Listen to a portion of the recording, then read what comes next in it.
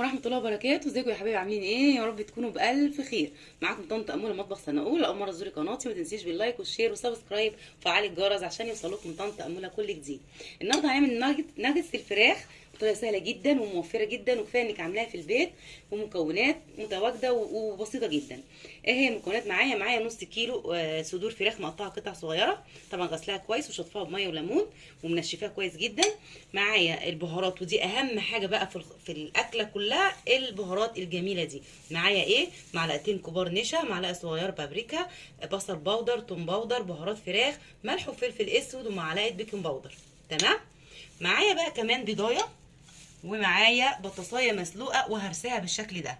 تمام. الكفر بقى الخارجي هنعمله بايه؟ هنعمل باتنين بيضه، ومعايا لبن بس هجيبه دلوقتي، ودقيق، وطبعا الفيجيتار الكريسبي ده بيتباع عند كل العطارين. حلو الكلام، كلام جميل. يلا نبتدي الخطوات معانا دلوقتي. نشوف بقى هنعمل ايه. معانا صدور الفراخ انا مقطعه قلت لكم قطع صغيره بالطريقه دي، هحطها في الكبه كده. بسم الله الرحمن الرحيم.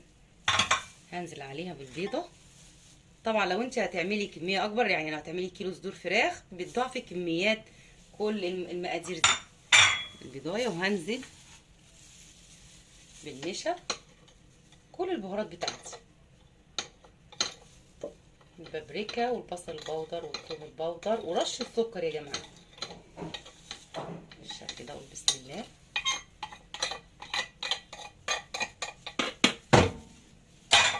ولو معلقتين مستردة كمان يبقى يا سلام يا سلام، حاجه في منتهى الجمال.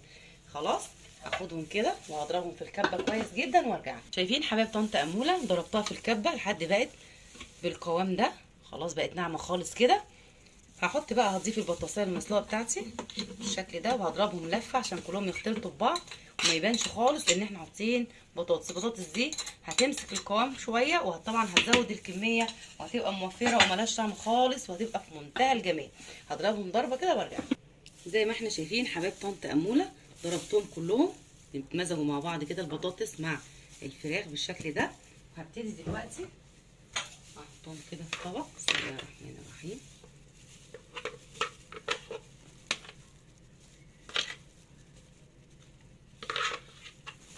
شايفين حبايب طنط اموله؟ انا فضيت الكميه بالشكل ده زي ما انتم شايفين.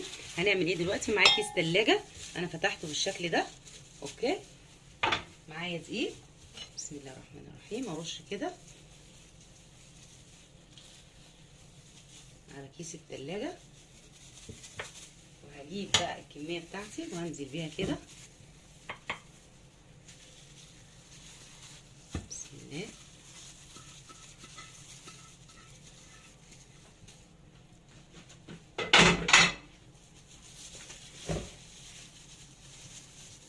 واحاول برضو ارش كده عشان افردها، عشان ما تلزقش في ايدينا. برضو نحط رشه دقيق كده ونفردها بالشكل ده، ونسيب حوالي يعني سمك سنتي او 2 سنتي، يعني نفرد ونعمل حسابنا في 2 سنتي سمك بالشكل ده كده. هيتفرد معانا بكل سهوله.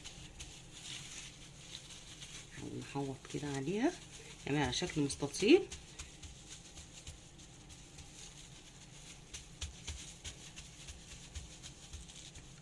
شايفين حبايب طنط اموله؟ فردتها بالشكل ده على شكل مستطيل اهو. ممكن تعمليها الشكل اللي يعجبك يعني. طبعا انا هسويها كده، شيل بس لو في كده زيادات او حاجه، وبعدين طبعا ده مش هيترمي، احنا هنستغله بعد كده عشان تبقى مظبوطه معانا. بسم الله. وهنبتدي نعملها على شكل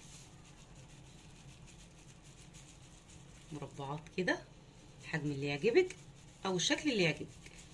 بسم الله.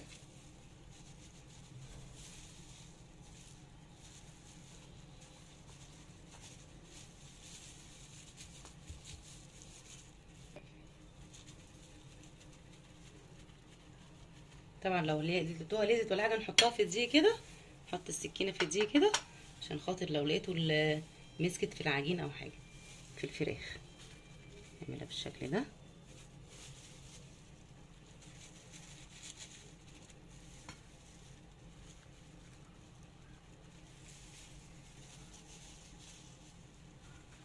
اوكي كده تمام. نقول تمام. نطلعهم بقى كده بسم الله. قطعه.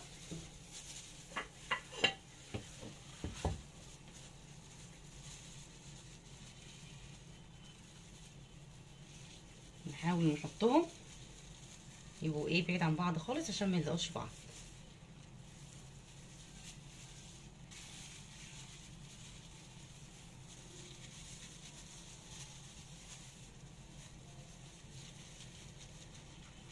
زي ما احنا شايفين نطلع الكميه كلها ونبعدهم عن بعض كده وارجع. شايفين حبيبه طنط اموله عملت الكميه كلها بالشكل ده وعفرتها بالدقيق.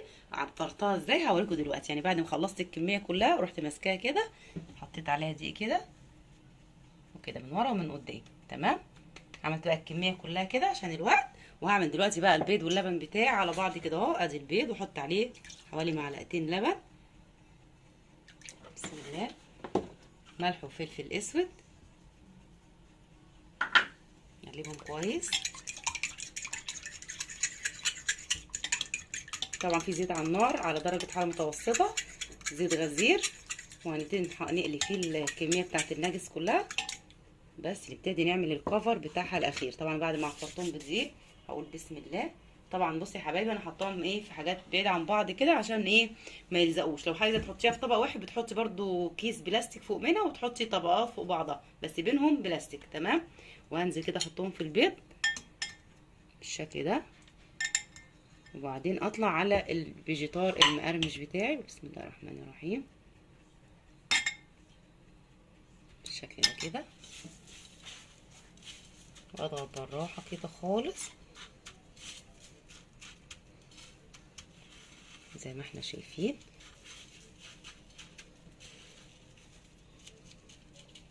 بالشكل ده.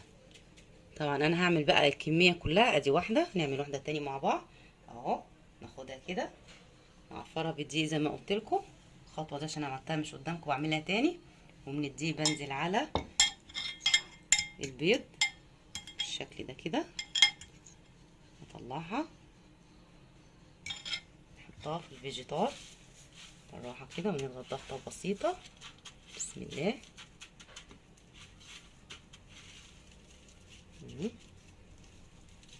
بس كده. ادي واحده، ادي التانيه. شايفين شكلها زي اللي بتتجاب من بره بالظبط. هعمل بقى الكميه كلها ونيجي نقلهم مع بعض. زي ما احنا شايفين حبايب طنط اموله، شايفين اتعملوا بقى بالشكل الجميل ده ازاي. بسم الله. عندي زيت على النار زي ما قلت لكم، زيت غزير على درجه حراره متوسطه. يعني ما نعليش النار قوي عشان الايه الكفر اللي بره ما يتحروقش وجوه يبقى ني، لا يدي السوى المطلوب.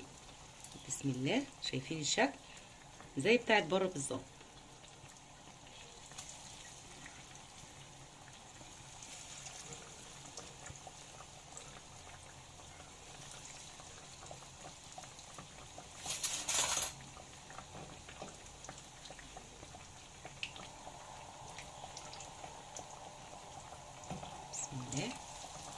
شايفين نحطهم كده على النار. اول ما يدوا اللون الذهبي المطلوب هطلعهم واجي اوريكم النتيجه.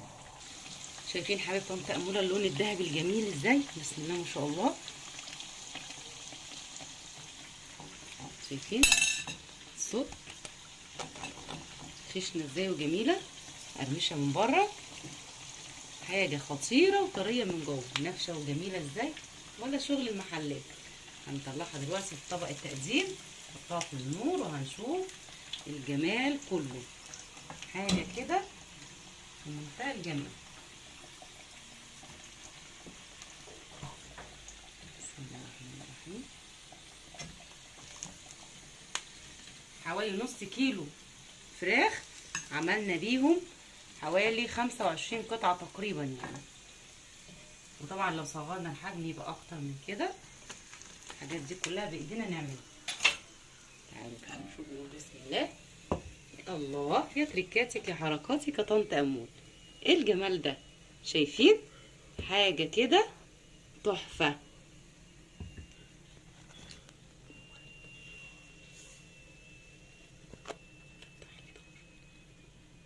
شايفين مقرمشه ازاي من بره من جوه. حاجه بجد خيال. حاجه بقى عاملاها بايدك ونظيفه ضمناها، مش نجيبها من بره ومش عارفين اصلها وفصلها. بصي منفوشه ازاي.